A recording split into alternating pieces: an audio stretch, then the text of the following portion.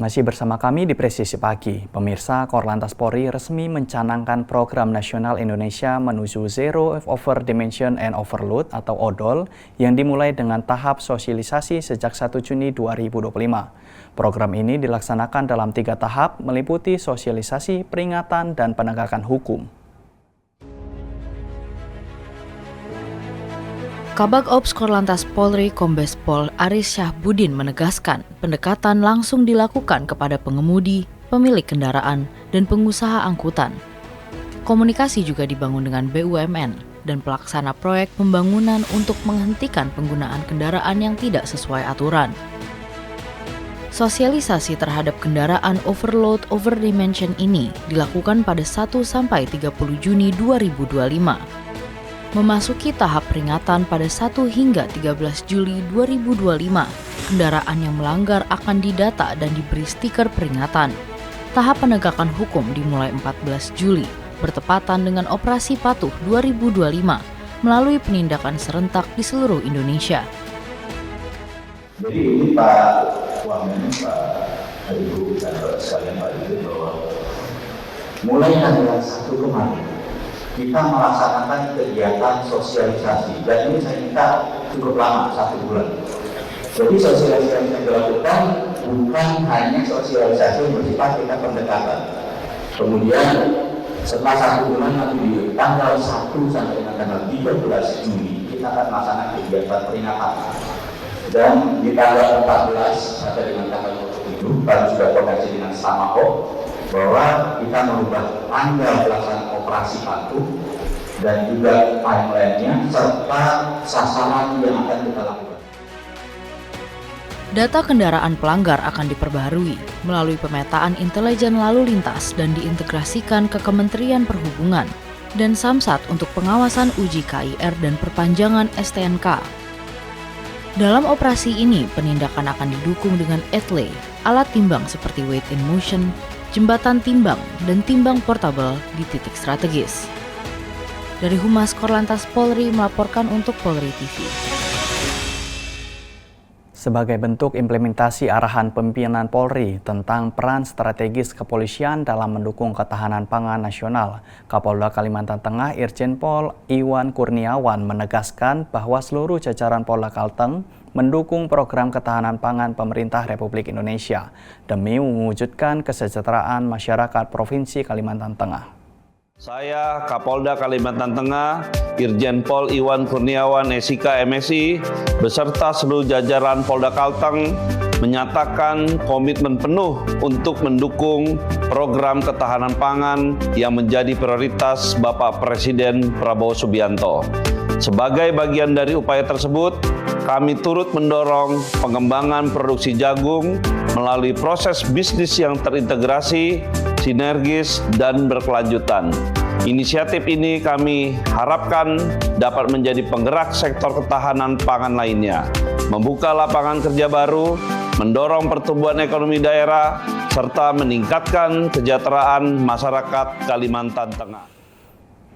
Kapolda Papua Irjen Pol Patrits Renwarin menghadiri serta melaksanakan kegiatan bakti sosial, bakti religi, dan bakti kesehatan dalam rangka Hari Bayangkara ke-79 tahun 2025 pada Sabtu 7 Juni 2025.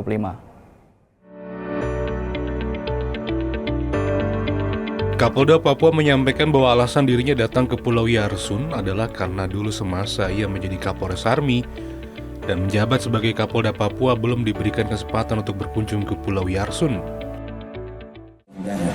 Yang pasti harus ada polisi di sini, polisi yang baik-baik, supaya polisi yang tugas di sini semua tahu dia bisa melayani masyarakat dengan baik, terutama menyelesaikan persoalan-persoalan yang sering dan selalu terjadi di kampung. Kapolda Papua juga menekankan kepada masyarakat dan kepada aparatur keamanan untuk tidak ada yang merusak lingkungan dan jika hanya sekedar mancing saja masih diperbolehkan. Kapolda Papua berharap kepada masyarakat maupun tokoh-tokoh adat agar selalu kompak dalam kebaikan dan menjaga pulau serta lingkungan dengan baik. Mungkin ke depan dalam 1 atau 2 bulan, pos keamanan di kampung ini akan segera diisi oleh anggota Polri. Di akhir sesi acara, Kapolda Papua memberikan taliasi kepada warga sebagai wujud kepedulian Polri kepada masyarakat. Dari tim Humas Polda Papua melaporkan untuk Polri TV.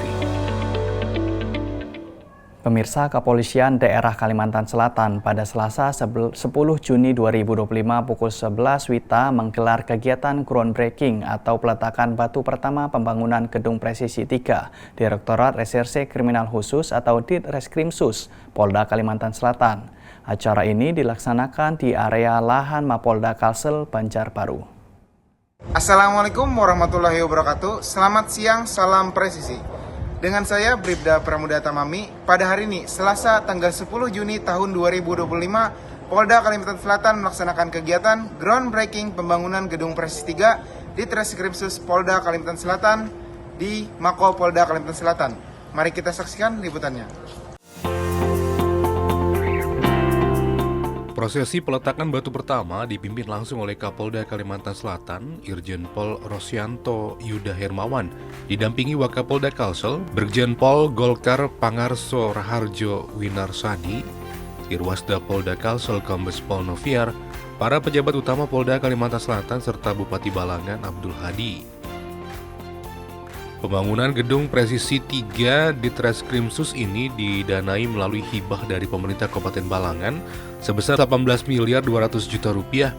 Proyek ini dikerjakan oleh kontraktor pelaksana PT Lutfia Tama Jaya Mandiri dengan nilai kontrak sebesar 17 miliar 804 juta 526.730 rupiah dan masa pelaksanaan pekerjaan dari 26 Mei hingga 21 November 2025. Kapolda Kalimantan Selatan Irjen Pol Rosyanto Yuda menyampaikan apresiasi yang setinggi-tingginya serta rasa syukur atas bantuan hibah dari Pemkab Balangan. Kapolda Kalsel mengatakan bahwa gedung baru ini akan semakin melengkapi sarana dan prasarana yang ada di Polda Kalimantan Selatan untuk mendukung peningkatan pelayanan kepada masyarakat, profesionalisme Polri, serta menjaga situasi Kamtipmas yang kondusif di wilayah hukum Polda Kalimantan Selatan.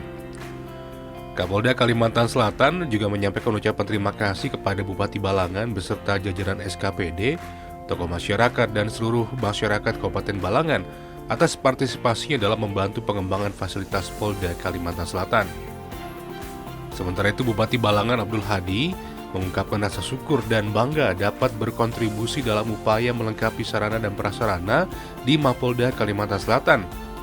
Bupati Balangan berharap keberadaan gedung baru ini dapat memberikan manfaat dan juga meningkatkan kualitas pelayanan Polda Kalimantan Selatan kepada masyarakat. Dari tim Humas Polda Kalimantan Selatan melaporkan untuk Polri TV. Pemirsa, Kapolda Maluku Utara Irjen Pol Waris Agono memimpin langsung taklimat akhir audit kinerja Idwasda tahap 1 tahun anggaran 2025 yang digelar pada Selasa 10 Juni 2025. Kegiatan ini menjadi bagian penting dalam upaya pengawasan dan pembenahan aspek perencanaan serta pengorganisasian di lingkungan Polda Maluku Utara. Turut hadir dalam kegiatan tersebut Wakapolda Maluku Utara Brigjen Pol Stephen M. Napiun, Irwasda Polda Malut, Kombes Pol Ramon Zamora Ginting, serta para pejabat utama dan Kapolresta jajaran Polda Maluku Utara. Dalam arahannya, Kapolda menekankan pentingnya menindaklanjuti setiap temuan hasil audit sebagai langkah strategis untuk meningkatkan kinerja secara menyeluruh. Ia juga mengapresiasi sinergi yang telah terbangun antara satuan kerja dalam menjaga kualitas tata kelola institusi.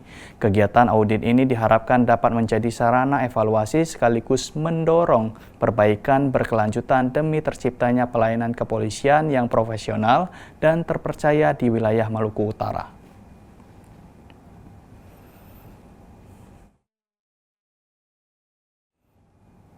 Kepolisian Resort Bogor Polresta Bogor Kota menggelar upacara pemberian penghargaan kepada sejumlah personil kepolisian serta warga masyarakat yang dinilai telah menunjukkan dedikasi tinggi dalam menjaga keamanan dan ketertiban di wilayah hukum Kota Bogor. Upacara tersebut berlangsung pada Senin 9 Juni 2025. Penghargaan diberikan kepada puluhan anggota Polri atas keberhasilan mereka dalam menangani berbagai kasus penting yang berdampak besar terhadap stabilitas keamanan kota. Beberapa di antaranya adalah keberhasilan dalam melakukan penggerebekan dan pengamanan sebuah truk bermuatan minuman keras beserta gudang ciu di wilayah Cilebut. Selain itu, para personel juga dinilai berhasil menangkap para pelaku tawuran di sejumlah titik strategis seperti Jalan Raya Tajur dan Jalan Langbao. Prestasi lainnya termasuk penanganan cepat terhadap kasus pembacokan di kawasan Tanah Sareal, serta pengungkapan kasus penganiayaan dan perusakan pos Satpam Masjid Agung. Tak hanya itu, tim Reimas dan Satuan Samapta juga mendapat apresiasi atas peran aktif mereka dalam mencegah aksi tawuran yang berpotensi menimbulkan keresahan di masyarakat. Penghargaan juga diberikan kepada perwakilan masyarakat dari wilayah Kedung Jaya. Mereka dianggap telah menunjukkan peran yang signifikan dalam membantu tugas-tugas kepolisian, khususnya dalam menjaga keamanan lingkungan di sekitar tempat tinggal mereka. Dalam amanatnya, Kapolresta Bogor Kota menyampaikan apresiasi yang tinggi kepada seluruh penerima penghargaan, baik dari internal kepolisian maupun dari kalangan masyarakat. Dari Humas Polresta Bogor Kota melaporkan untuk Polri TV. Wakapolri Komjen Pol Ahmad Doviri memberikan pesan-pesan moral kepada para mahasiswa strata 1, 2, dan 3 STIK Lemdiklat Polri dalam rangka menuju usainya masa pendidikan di STIK. Berikut informasi selengkapnya untuk Anda.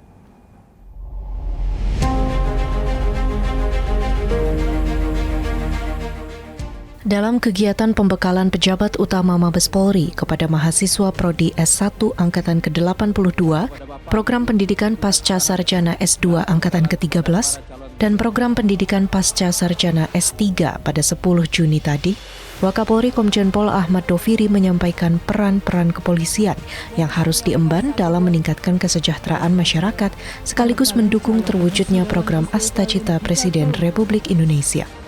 Pada kesempatan ini, Komjen Pol Ahmad Doviri berpesan kepada para mahasiswa untuk menjadi anggota Polri yang diharapkan oleh masyarakat, yaitu dapat menjadi bagian dari solusi dari persoalan masyarakat, serta selalu hadir di tengah kehidupan masyarakat. Kuncinya adalah harus mempersiapkan diri dengan sebaik-baiknya agar dapat menjadi SDM yang unggul dan berdaya saing, yang memiliki kompetensi pemimpin yang berkualitas dan berkarakter. Lagi-lagi berkualitas dan berkarakter tersebut di sini, ya. Ini tercantum dalam visi Indonesia Emas tahun 2045. Nah, lalu bagaimana kesiapan Polri, termasuk Anda semua nanti, ya? Kita beruntung sebenarnya. Bicara tahun 2025 sampai dengan tahun 2045, di Polri sekarang sedang mencanangkan rancangan Grand Strategi Polri, yaitu berkait dengan penguatan fondasi organisasi. Jadi ini pas sekali Anda keluar dari STIK, ya, Anda dihadapkan pada Grand Strategi yang pertama, yaitu berkait dengan penguatan fondasi organisasi. Lalu kalau kita bicara penguatan fondasi organisasi, berkaitan dengan apa? Berkaitan dengan tata kelola organisasi. Saya kasih clue-nya saja. Ada 4 hal yang secara teori di manajemen dikatakan man, money, material, method. Pembekalan dari pejabat utama Mabes Polri kepada mahasiswa STIK Lemdiklat Polri memiliki peran penting dalam menyiapkan calon perwira polisi. Pembekalan ini memberikan wawasan dan strategi dalam menghadapi tantangan di lapangan, serta memotivasi para mahasiswa untuk berkomitmen pada integritas dan profesionalisme saat menjalankan tugas. Dengan adanya pembekalan ini, diharapkan para lulusan dapat langsung menyesuaikan diri dengan dinamika tugas kepolisian. Dari Jakarta, Atia Numa, Rizky Firmansyah, Polri TV. Pemirsa, Karopenmas Divisi Humas Polri memberikan pembekalan akhir kepada para mahasiswa strata 1 Angkatan ke-82, mahasiswa strata 2 Angkatan ke-13, dan mahasiswa strata 3 STIK Lemdiklat Polri terkait fungsi kehumasan. Berikut informasi selengkapnya untuk Anda.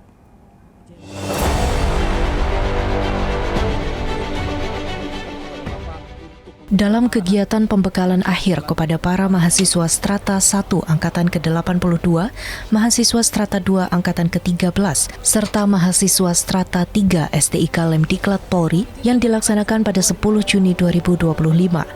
Karopenmas Divisi Humas Polri Brigjen Pol Trunoyudo Wisnu Andiko mewakili Kepala Divisi Humas Polri Irjen Pol Sandi Nugroho menyampaikan pembekalan dan pesan-pesan moral kepada para mahasiswa yang akan menyelesaikan pendidikannya.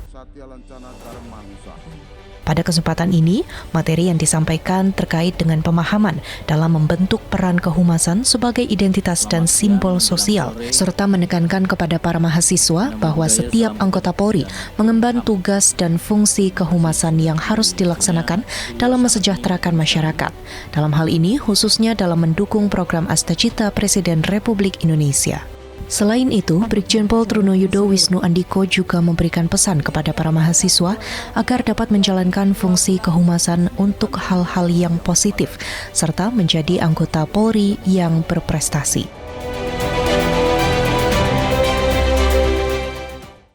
Tapi kalau Kadif Humas, Kabid Humas, itu adalah public relation.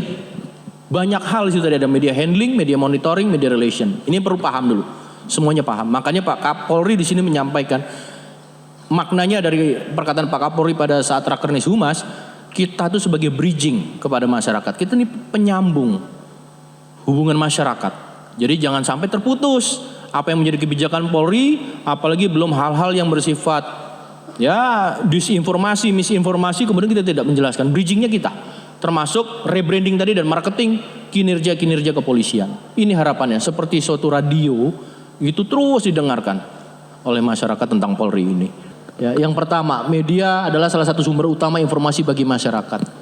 Ini manfaatkan betul. Saya harap teman-teman di sini semua tidak anti terhadap teman-teman media. Jadikan mereka mitra yang strategis. Kita pribadi sebagai komunikator ditunjuk. Kita harus punya data-data dan kita analisis apa yang bisa kita sampaikan dan apa do and done, apa yang bisa dan tidak bisa.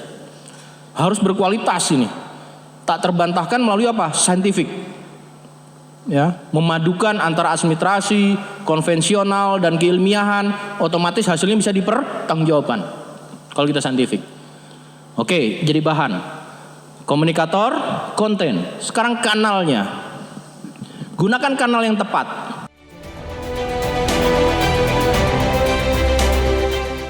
Pembekalan dari pejabat utama Mabes Polri kepada calon lulusan STIK Lemdiklat Polri ini berfungsi sebagai panduan praktis dalam menghadapi dunia kerja kepolisian. Dengan ini diharapkan para mahasiswa mampu mengenal lebih dekat terkait praktik kerja nyata dan etika yang harus dijaga selama menjalankan tanggung jawab kepolisian. Pembekalan ini juga menekankan pentingnya kreativitas dan kerja tim dalam menangani masalah masyarakat yang kompleks dengan solusi yang efektif dan efisien. Dari Jakarta, Atia Numa, Rizky Firmansyah, Polri TV.